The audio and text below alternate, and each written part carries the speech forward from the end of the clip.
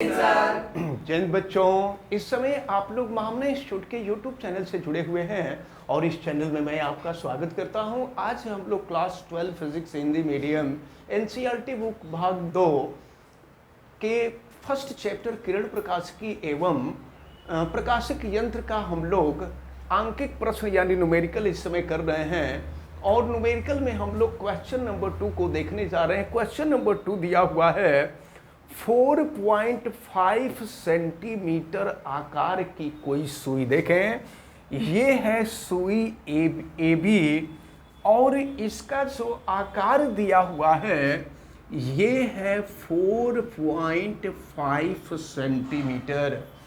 4.5 centimetre आकार की एक सुई 15 सेंटीमीटर फोकस दूरी के उत्तल दर्पण। देखिए, ये उत्तल दर्पण है। उत्तल दर्पण की फोकस दूरी भी आपको दी गई है और ये दिया हुआ है 15 सेंटीमीटर। दर्पण से 12 सेंटीमीटर दूर रखी गई है। ये दर्पण का ध्रुव है। इस दर्पण से सुई यानी दर्पण से वस्तु की जो दूरी है यह दूरी आपको दी गई है 12 सेंटीमीटर। ये 12 सेंटीमीटर दिया हुआ है। तो फिर आपसे पूछा जा रहा है प्रतिबिंब की स्थिति। प्रतिबिंब की स्थिति यानी प्रतिबिंब कहाँ बनेगा ये बताइए, तथा आवर्धन क्या होगा यानी प्रतिबिंब कितना गुना बड़ा बनेगा या छोटा बनेगा ये हमको बताना है। तो चलिए देखिए, तो यहाँ पर वस्तु का आकार दिया गया है, वस्तु यानी ऑब्जेक्ट, और ऑब्जेक्ट के आकार को हम O से रिप्रेजेंट कर रहे हैं और ये है 4.5 सेंटीमीटर। और फिर उत्तल दर्पण की जो फोकस दूरी है ये फोकस दूरी आपको दी गई है 15 सेंटीमीटर। तो और उत्तल दर्पण है तो उत्तल दर्पण की फोकस दूरी धनात्मक होती है, ये पॉजिटिव होगी। और फिर दर्पण से वस्तु की दूरी, तो दर्पण से वस्तु की दूरी u होती है। और देखिए, वस्तु इधर है, प्रकाश की किरण चल रही है लेफ्ट से राइट और दूरी हम मेजर कर रहे हैं राइट टू लेफ्ट, तो ये दूरी निगेटिव हो जाएगी और ये है 12 सेंटीमीटर। तो आपसे ये पूछा जा रहा है कि प्रतिबिंब कहाँ बनेगा। प्रतिबिंब की स्थिति आपको ज्ञात करने के लिए कहा जा रहा है। तो दर्पण है, दर्पण के लिए फार्मूला आपको मालूम है 1/f = 1/v प्लस 1/u हो जाएगा। वैल्यू रख करके हम सॉल्व कर रहे हैं। तो 1/f की वैल्यू है 15 = 1/u की वैल्यू v की वैल्यू -12। हम लोगों को v का ही मान ज्ञात करना है। तो ये हो जाएगा 1/v और प्लस 1/u की वैल्यू है -12। तो अब हम इसको सॉल्व करते हैं और देखते हैं फिर इसकी वैल्यू क्या मिलेगी। तो अगर प्लस को हम माइनस से डिवाइड कर दें तो यहाँ पर माइनस हो जाएगा। और चले v की वैल्यू हमको ज्ञात करनी है तो -1/12 को हम लेफ्ट में ला देंगे तो ये हो जाएगा 1/15 प्लस 1/12 = 1/v। अब हम इसको सॉल्व करेंगे और सॉल्व करने के लिए 15 और 12 का हम एलसीएम ले लेंगे तो ये 60 हो जाएगा। फिर भाग दे देंगे तो 15 चौके 60 हो जाएगा और 12 से भाग देंगे 12 पचे 60 हो जाएगा। ये हो गया 1/v। तो 4 + 5 हो जाएगा 9/60 = 1/v। और इसको जो है अगर हम रिवर्स कर दें या चलिए हम चाहें तो इसको 3 से कटा भी सकते हैं। 3 से कटा देंगे ये 3 हो जाएगा और ये 20 हो जाएगा। और फिर जो है ये हो गया आपका 3/20 = 1/v। रिवर्स कर देते हैं, v की वैल्यू निकल जाएगी, v की वैल्यू हो जाएगी 20/3। अब जो है 20 को 3 से हम डिवाइड कर दें तो ये वैल्यू जो आएगी 6.666 करके आएगी तो ये 6 जो है 5 से बड़ी संख्या उसको 1 मानकर उसके पहले वाले में जोड़ देंगे तो ये हो जाएगा 6.67 सेंटीमीटर। और देखिए भी की वैल्यू पॉजिटिव आ रही है, तो दर्पण से पीछे के तरफ जो दूरी होगी वो पॉजिटिव होगी और दर्पण के सामने की तरफ जो दूरी होगी वो निगेटिव होगी। इसका मतलब ये हुआ कि जो प्रतिबिंब बनेगा, देखिए A', B' प्रतिबिंब बन रहा है, यह प्रतिबिंब दर्पण के पीछे बनेगा और 6.67 सेंटीमीटर की दूरी पर बनेगा। आपसे यही पूछा जा रहा था। और प्रतिबिंब की स्थिति तथा आवर्धन भी आपसे पूछा जा रहा है। तो एक चीज देखिए, उत्तल दर्पण के द्वारा प्रतिबिंब हमेशा आभासी बनता है, सीधा बनता है। तो यह प्रतिबिंब जो होगा आभासी होगा, सीधा होगा और दर्पण के पीछे बनेगा। अब इसका आवर्धन हमको ज्ञात करना है, तो m इजकल टू फार्मूला होता है -v/o। तो अब देखें यहाँ -v की वैल्यू है 20/3 और u की वैल्यू रख दें, u की वैल्यू जो है ये -12 है। तो अब इसको हम सॉल्व कर दें तो देखें, अगर जो है 4 से कटा दिया जाए तो ये 4 × 5 = 20 हो जाएगा, ये 4 × 3 = 12, माइनस से माइनस कैंसिल हो जाएगा, प्लस हो जाएगा, यानी ये हो जाएगा आपका 5/9। यानी यह जो प्रतिबिंब बनेगा यह 5/9 गुना बनेगा। यह प्रतिबिंब 5/9 होगा, 9 गुना बनेगा। तो ये आवर्धन हुआ। तो एक चीज आप समझ लीजिए, ये 5/9 जो है ये 1 से कम आ रहा है। 1 से कम आता है तो प्रतिबिंब छोटा बनता है। जब यम का मान 1 आता है ना तो प्रतिबिंब का आकार और वस्तु का आकार दोनों का आकार सेम होता है। जब यम का मान 1 से अधिक होता है तो प्रतिबिंब का आकार वस्तु के आकार से बड़ा होता है। जब यम का मान 1 से कम होता है तो प्रतिबिंब का जो आकार होता है वह वस्तु के आकार से छोटा होता है। तो यम की वैल्यू हो गई 5/9। अच्छा, अगर हम यहाँ से हम वस्तु का आकार प्रतिबिंब का आकार हम ज्ञात करना चाहें तो प्रतिबिंब का आकार कैसे ज्ञात करेंगे? तो देखें, इसके लिए जो फार्मूला है यम = होता है प्रतिबिंब का आकार और बटा में होता है वस्तु का आकार। तो प्रतिबिंब का आकार देखिए, यम की वैल्यू तो हम निकाल चुके हैं 5/9, तो यम के जगह पे हम कर देते हैं 5/9 और I/O, O जो है ऑब्जेक्ट है और ये हो जाएगा 4.5। अब इसको हम सॉल्व करते हैं, देखते हैं 4.5 का हम क्रॉस मल्टीप्लिकेशन कर दें तो ये है 5/9 और क्रॉस मल्टीप्लिकेशन कर देंगे 4/5 हो जाएगा। आप ऊपर नीचे चाहें तो 10 से गुणा कर दें, तो 10 से गुणा करेंगे तो ये 45 हो जाएगा, ये 90 हो जाएगा और फिर 45 से इसको कटा देंगे तो 45 दूना 90 हो जाएगा। तो I= हो गया 5/2 और 5 को 2 से डिवाइड कर दे तो ये हो जाएगा 2.5 सेंटीमीटर। इसका मतलब ये हुआ कि प्रतिबिंब का जो आकार होगा, प्रतिबिंब का आकार 2.5 सेंटीमीटर का होगा। तो वस्तु का जो आकार था वो 4.5 सेंटीमीटर था और प्रतिबिंब जो बन रहा है वो 2.5 सेंटीमीटर बन रहा है। और देखिए यहाँ भी प्लस आ रहा है, इसका मतलब कि ये प्रतिबिंब सीधा बन रहा है। तो यहाँ पर जो सुई का उत्तल दर्पण के द्वारा जो प्रतिबिंब बनेगा वो आभासी बनेगा, सीधा बनेगा और छोटा बनेगा और उसकी साइज जो होगी 2.5 सेंटीमीटर के बराबर होगी। अब फिर आपसे इसमें कुछ और पूछा जा रहा था। ये पूछा जा रहा था कि सुई को दर्पण से दूर ले जाने पर क्या होगा। तो देखिए, जब सुई को दर्पण के नजदीक लाएंगे तो प्रतिबिंब पीछे हटेगा और जब सुई को दर्पण के नजदीक ले जाएंगे, देखिए जब सुई को दर्पण के नजदीक ले जाएंगे तो प्रतिबिंब पीछे हटेगा और जब सुई को दर्पण से दूर ले जाएंगे तो प्रतिबिंब जो होगा वो दर्पण के नजदीक आएगा। तो प्रश्न में आपसे क्या पूछा जा रहा है, सुई को दर्पण से दूर ले जाने पर, अगर सुई को दर्पण से दूर ले जाएंगे तो प्रतिबिंब जो है दर्पण के तरफ खिसकता जाएगा।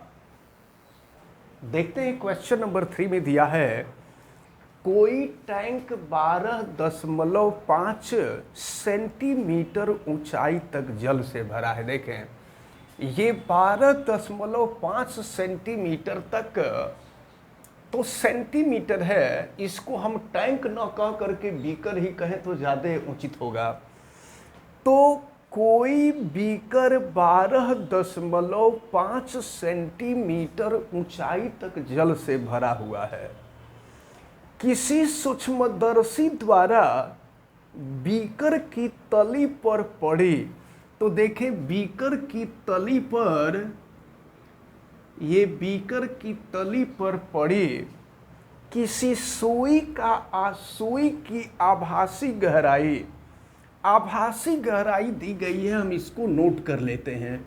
आभासी गहराई का मतलब जरा ध्यान समझिएगा, वास्तव में इसमें पानी भरा हुआ है 12.5 सेंटीमीटर तक, लेकिन जब सूक्ष्मदर्शी से इस सुई को देखा जा रहा है तो यह सुई 9.4 सेंटीमीटर की गहराई पर दिखाई दे रही है।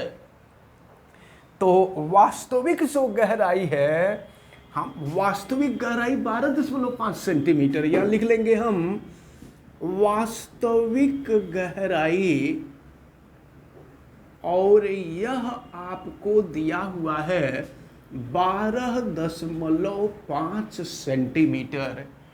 और सूक्ष्मदर्शी के द्वारा जब इस सुई को देखा जाता है ना, तो यह सुई 9.4 सेंटीमीटर की गहराई पर दिखाई दे रही है। इसका मतलब ये हुआ कि ये आभासी गहराई है, ये आभास हो रहा है कि इतने सेंटीमीटर की गहराई पर है, वास्तव में गहराई तो 12.5 सेंटीमीटर है। तो आभासी गहराई हम नोट कर लेते हैं, और यह दिया हुआ है 9.4 सेंटीमीटर।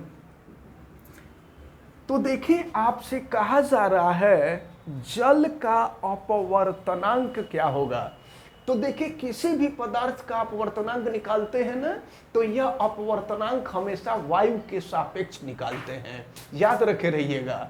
तो जल का अपवर्तनांक निकालना है, किसी भी पदार्थ का अपवर्तनांक निकालना होगा तो ये ध्यान में रखे रहिएगा कि अपवर्तनांक हमेशा वायु के सापेक्ष निकाला जाता है। तो वायु के सापेक्ष जल के अपवर्तनांक को हम ANW से रिप्रेजेंट कर सकते हैं, यानी refractive index of water with respect to air, ANW। अब जरा देखें इसकी वैल्यू जो होती है, ये वास्तविक गहराई और आभासी गहराई के अनुपात के बराबर होती है। तो अब ये हो जाएगा वास्तविक गहराई और बटा में हो जाएगा आभासी गहराई, आभासी गहराई। तो अब जरा ध्यान पूर्वक देखें, ANW इज इक्वल टू वास्तविक गहराई दिया हुआ है 12.5 और आभासी गहराई जो दिया हुआ है ये दिया है 9.4। अब इसको जरा हम लोग सॉल्व करें, ऊपर नीचे 10 से गुणा कर दें तो ये हो जाएगा 125 और नीचे हो जाएगा 94। अब 125 को आप 94 से भाग देंगे तो यह मान लगभग 1.33 आएगा। चूंकि अपवर्तनांक का कोई मात्रक नहीं होता है तो यहाँ पर मात्रक नहीं लिखेंगे। तो याद रखे रहिएगा, आपसे जल का अपवर्तनांक पूछा जा रहा था, जल का अपवर्तनांक 1.33 होगा।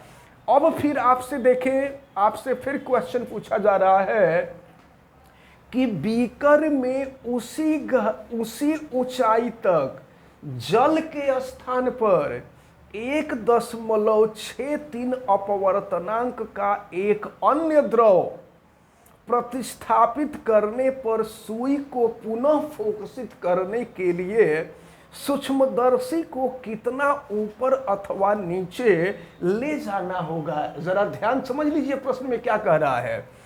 प्रश्न में तो पहले ये कहा जा रहा था कि जब इसमें पानी भरा हुआ था 12.5 सेंटीमीटर तक, तो जब इस पिन को देखा जा रहा था जो तली में थी बीकर की, तो ये 9.4 सेंटीमीटर की गहराई पर थी।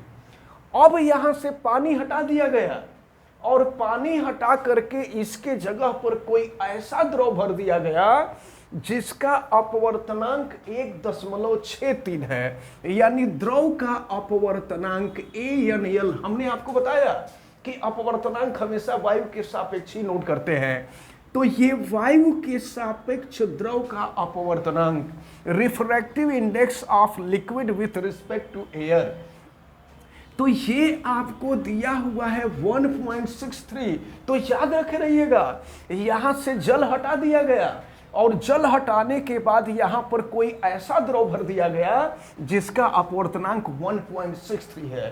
तो अब आपसे पूछा जा रहा है कि पिन भी वही है और यहां पर पहले जितना पानी भरा गया था 12.5 सेंटीमीटर, यहां पर पानी के स्थान पर द्रव भर दिया गया।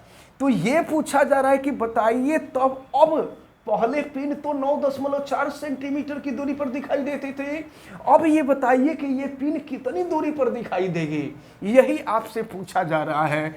तो फिर इसी फार्मूले का हम लोग यूज करेंगे। वास्तविक गहराई तो हमेशा वही होगी, आभासी गहराई केवल चेंज होगी। तो चलिए अब यहाँ ANW के जगह पे ANL हो जाएगा, क्योंकि अब यहाँ जल का अपवर्तनांक नहीं है और वास्तविक गहराई बटा में आभासी गहराई हो जाएगा। तो वास्तविक गहराई 12.5 सेंटीमीटर और आभासी गहराई आपको मालूम नहीं है, तो यहाँ हम लिख देते हैं आभासी गहराई। तो अब आभासी गहराई हमको ज्ञात करना है, तो देखिए आभासी गहराई हम इधर ला देंगे, तो ये हो जाएगा आभासी गहराई और ये बराबर हो जाएगा 12.5 बटा में ANL। ANL का मतलब वायु के सापेक्ष द्रव का अपवर्तनांक, और वायु के सापेक्ष द्रव का अपवर्तनांक आपको दिया हुआ है 1.63। अब हम लोग इसको सॉल्व करें, तो सॉल्व करेंगे तो देखें फिर क्या होगा। ऊपर नीचे अगर हम 100 से गुणा कर लें तो ऊपर हो जाएगा 1250 और नीचे 100 से भाग दे देंगे तो ये हो जाएगा 163। अब ये कटने लायक तो है नहीं, इसमें हम भाग देंगे, तो भाग देने पर यह जो मान है यह लगभग 7.7 सेंटीमीटर की दूरी पर आता है।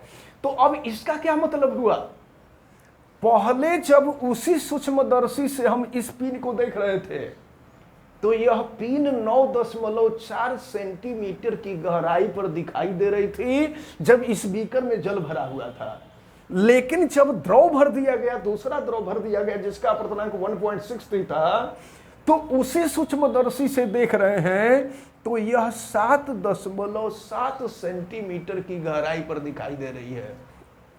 तो इसको देखने के लिए क्या करना होगा, तो इसको देखने के लिए सूक्ष्मदर्शी को नीचे के तरफ विस्थापित करना पड़ेगा।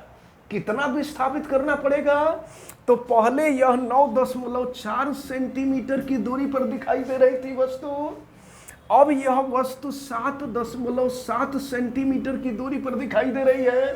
तो अगर इस विस्थापित दूरी को हम x मान लें तो आप घटा लीजिए, 9.4 में से आप 7.7 को घटावें तो यह जो है 1.7 सेंटीमीटर हो जाएगा। इसका मतलब ये हुआ कि जब जल भरा हुआ था तो वस्तु 9.4 सेंटीमीटर की दूरी पर दिखाई दे रही थी जब जल भरा हुआ था। जब द्रव भर दिया गया तो 7.7 सेंटीमीटर की दूरी पर दिखाई देने लगी। उस स्थिति में इस पिन के प्रतिबिंब को देखने के लिए सूक्ष्मदर्शी को अंदर के तरफ यानी बीकर के अंदर के तरफ विस्थापित करना पड़ेगा। देखते हैं क्वेश्चन नंबर 4, और ये 4 काफी इंपॉर्टेंट क्वेश्चन है, इसको अच्छी तरह से आपको तैयार करना होगा।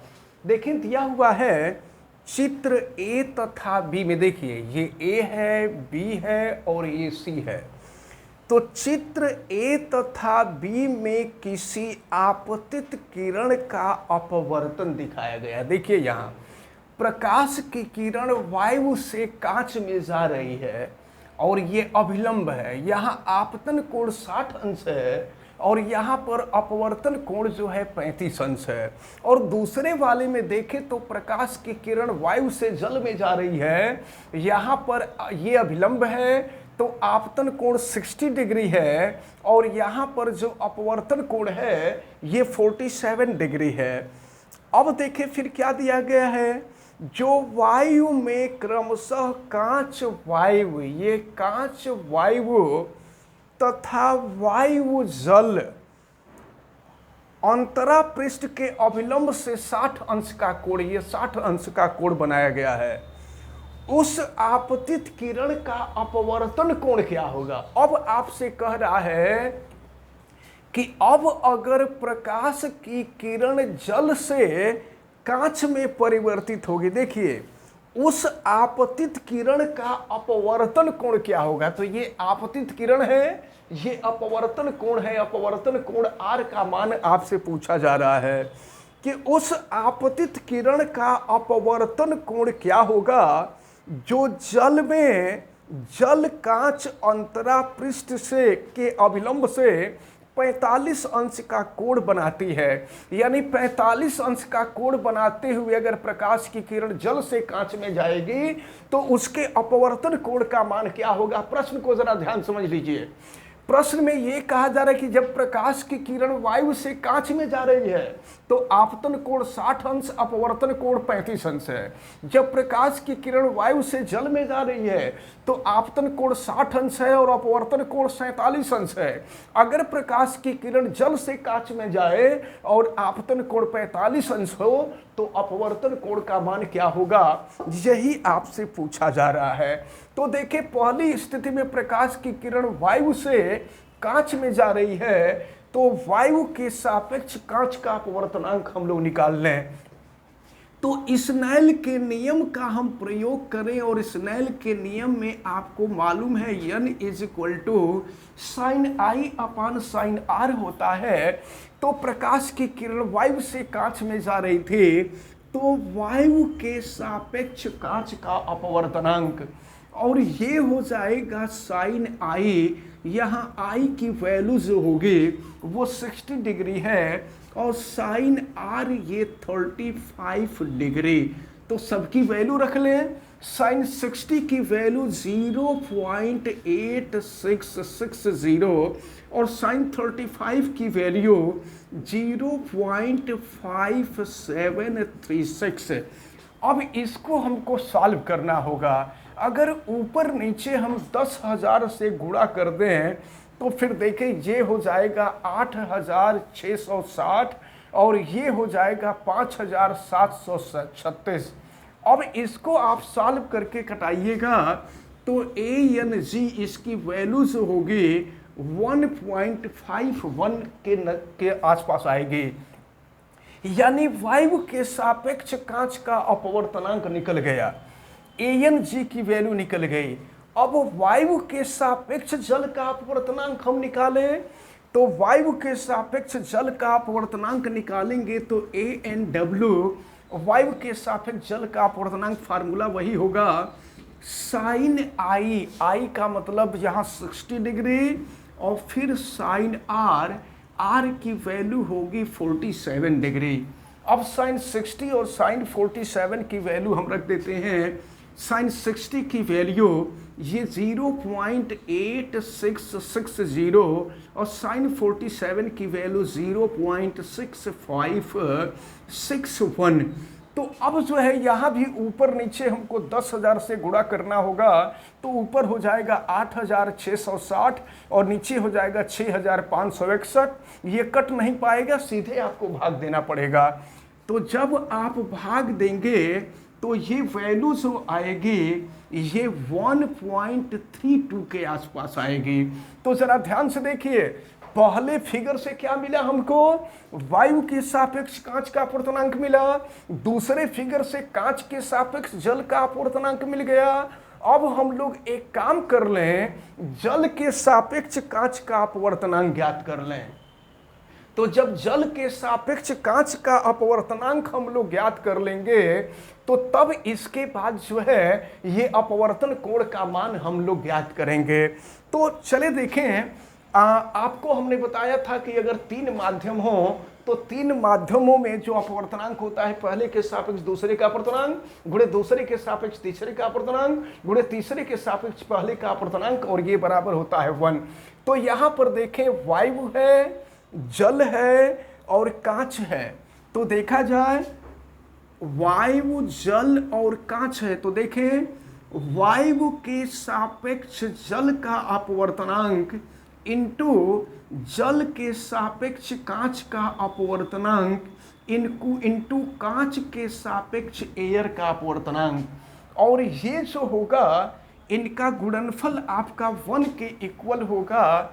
हमें जल के सापेक्ष कांच का अपवर्तनांक चाहिए, तो जल के सापेक्ष कांच का अपवर्तनांक यानी WNG हमको चाहिए। WNG की वैल्यू निकालनी होगी। तो चले इसके लिए हम क्या करेंगे, WNG इज इक्वल टू 1 अपान हो जाएगा ANW और अपान हो जाएगा और फिर साथ में होगा GNA। अब एक बात आपको यहाँ से ध्यान में रखना होगा कि ये ANW, और देखिए यहाँ कांच के सापेक्ष वायु का अपवर्तनांक है, तो कांच के सापेक्ष वायु का अपवर्तनांक नहीं होता है, वायु के सापेक्ष कांच का अपवर्तनांक होता है। तो हमने आपको बताया था कि अगर पहले माध्यम के सापेक्ष दूसरे माध्यम का अपवर्तनांक आपको मालूम है और दूसरे के सापेक्ष पहले का अपवर्तनांक ज्ञात करना है तो इसको 1 अपान कर देते हैं। तो देखिए यहाँ हो जाएगा 1 अपान GNA के जगह पे ANG कर देंगे, तो फिर सॉल्व कर देंगे तो ये ANG ऊपर चला जाएगा और ये हो जाएगा आपका ANW। अब हम वैल्यू रख देते हैं, तो ANG की वैल्यू हमको मिली है 1.51 और ANW की वैल्यू हमने निकाला है 1.32। अब हम 1.51 में 1.32 से भाग देंगे और फिर भाग दे करके देखिए कि इसकी वैल्यू कितनी आ रही है और या नहीं। तो चलिए ऊपर नीचे हम 100 से गुणा कर दे हैं, तो ये 151 हो जाएगा और नीचे 132 हो जाएगा। अब 151 में हम 132 से भाग दे देते हैं, तो देखें इस प्रकार यहाँ पर ये 151 में 132 से भाग हमने दिया तो 1.14 आया। तो यहाँ हम लिख सकते हैं WNG इज इक्वल टू 1.14, यानी जल के सापेक्ष कांच का अपवर्तनांक आपको मालूम हो गया। अब देखें क्या है, प्रकाश की किरण जल से कांच में जा रही है, तो फिर यहाँ पर स्नेल का नियम हम अप्लाई करेंगे। तो जल के सापेक्ष कांच का अपवर्तनांक और ये बराबर हो जाएगा आपका साइन आई, यानी साइन आई के जगह पे हो जाएगा 45 डिग्री और फिर साइन आर, हमको आर की वैल्यू ज्ञात करनी है। तो देखिए WNG का मान आपको मालूम है 1.14 और साइन 45 तो 1 अपान √2 होता है और 1 अपान √2 को अगर हम सॉल्व करें तो यह 0.7071 होता है साइन 45। अब ये हो जाएगा आपका साइन आर, तो साइन आर को हम इधर ला देते हैं, तो ये हो जाएगा आपका साइन आर इजकल टू 0.7071 और ये है 1.14। अब इसको हम सॉल्व करेंगे तो sine r is equal to, यहाँ पर ऊपर नीचे भी 10,000 से गुणा कर दीजिए, तो ऊपर 10,000 से गुणा करेंगे तो 7,071 हो जाएगा और नीचे 10,000 से गुणा कर देंगे तो ये 1140 हो जाएगा। अब जो है 7,071 में 1140 से आपको भाग देना होगा, तो ये हो जाएगा sine r is equal to, देखें यह मान जो है आप 7071 है और इसमें 1140 से भाग देना है। तो देखते हैं, तो अब जो है ये 7071 और ये नीचे 11400 होगा। तो अब भाग दे देंगे तो ये वैल्यू जो आएगी, ये वैल्यू आपका 0.6181 के नज़दीक आएगा। और यह मान जो होता है, देखें, साइन r इजकल टू ये वैल्यू साइन 38 डिग्री की वैल्यू होती है। इन सब मानों को आपको याद रखना पड़ेगा। तो फिर यहाँ से r की जी वैल्यू होगी वो 38 डिग्री होगी। आपसे यही पूछा जा रहा था कि जब आपतन कोण 60 अंश तो अपवर्तन कोण 35 अंश, आपतन कोण 60 अंश तो अपवर्तन कोण 47 अंश, तो अगर आपतन कोण 45 अंश तो अपवर्तन कोण का मान क्या होगा? तो अपवर्तन कोण का जो मान होगा वो 38 डिग्री होगा। तो इस प्रकार जो है यह क्वेश्चन नंबर 4 जो है आपका सॉल्व होता है। और हमें उम्मीद है कि आज जितने भी न्यूमेरिकल्स आपको बताए गए हैं, ये सभी न्यूमेरिकल आपको अच्छी तरह से समझ में आए होंगे। ये काफ़ी महत्वपूर्ण न्यूमेरिकल हैं, ये आपसे बोर्ड के एग्जाम में पूछे जाते हैं, आगे कंपटीशन में भी पूछे जाते हैं। तो इन सबको आप अच्छी तरह से तैयार किए रहिएगा। आप वीडियो को लाइक ज़रूर कीजिएगा और अगर चैनल पे नए हैं तो चैनल को सब्सक्राइब भी करें, बेल आइकन को भी प्रेस करें और वीडियो को मैक्सिमम स्टूडेंट तक शेयर करें। किसी प्रकार की कोई दिक्कत समझ में आती है तो आप हमें कमेंट करके जरूर बतावें। आप सभी लोगों का बहुत बहुत धन्यवाद। जय हिंद।